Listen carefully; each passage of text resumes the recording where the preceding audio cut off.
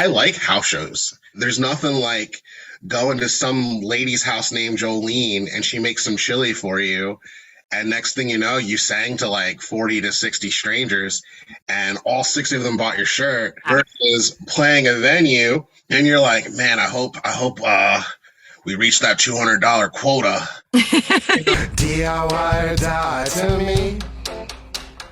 Change the way you live your life. I was looking at your TikTok and like, obviously you made the song about the DIY, lifestyle and the ethos, but like you're doing that in so many different formats. So I'd love to just hear like, has this always been kind of like top of mind, or is this something that's been kind of like growing as you've been playing music? Before I was like actively creating as a musician, I was always like political. I was always like painfully aware of the injustices of our society. And I don't say that to be self-righteous or like stand on the soapbox, but I say that to say that like, I can't do everything, but I can do something. And that's kind of where I'm coming from with that song. Past full US tour, I probably spent like $4,000 and I probably made something like $5,100, right? So I made a profit of $1,100 and then that went away in weeks because, car bills, blah, blah, blah, blah, blah, blah. Point is, I only made $1,100. So I wanted to write DIY or Die about that side. And then also the side of, I think for every musician, whether you play country, rock, punk, et cetera,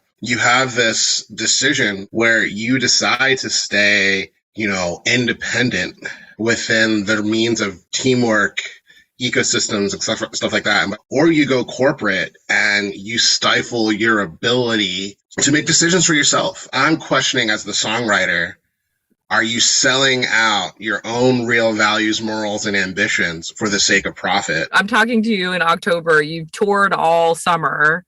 But how was that experience in general, minus the, coming back with a small profit that immediately gets eaten up by life? It wasn't easy. It taught me a lot about what I can do. It taught me a lot about a lot of my own self-doubts were lies to myself. When I made it to LA, I kind of felt like the scene from Attack on Titan when Eren and his gang finally see the ocean. Like, I kind of felt like, how is it that me, a young man from Philadelphia, child and outcome of sexual abuse, child of a mother with cerebral palsy and a father who didn't want him, raised by his grandparents, and I rose above out of that, all this systematic injustice, make it to California just by sending emails and just reaching out for help. Like that's what came to my mind. Yeah. I was in my friend's apartment in downtown LA by myself because they were working and I cried. I am not my adversity anymore. And that's kind of like what tour really did for me, despite the setbacks. Will you talk a little bit about what you are doing on TikTok in general? Because I think I think you're doing great stuff there. Like it's a kind of new platform that's really like had a very steep rise. And I think you're using it in a very like earnest way that like I think is very meaningful and impactful. Do you get serious in the stew or do you have fun when you record your music? DIY or Die message of the day. You don't have to like what's popular. You just have to like what you love. And stick to that.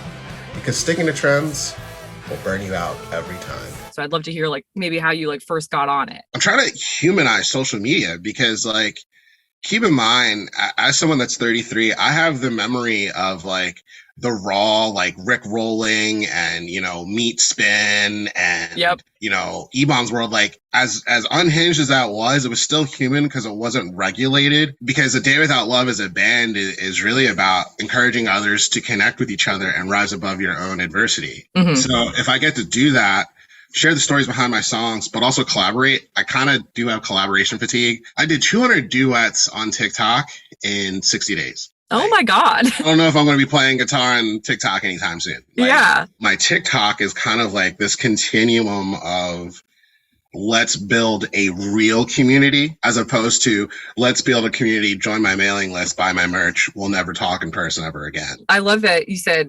humanizing, because that's the impression I got. I just feel, I think it's easy to like just point at social media and be like, this sucks and like I don't like it, but being able to kind of use it, especially if you're just seems like you're having fun, which I feel like is the most important part of being on social media anyways, and that can kind of like battle the like weird energy of like the algorithm or, you know, the tech overlords who are going to ruin our lives or whatever. That's something I had to really think about after reading books. I'm still reading some books. An algorithm is only a metric to forecast what works. Innovation is being creative enough to break through that algorithm to create your own trends, your own means of what's satisfying. I'd rather create a community of connection that doesn't really work on, how can I put it, being divisive, but really work on healing and recovery and being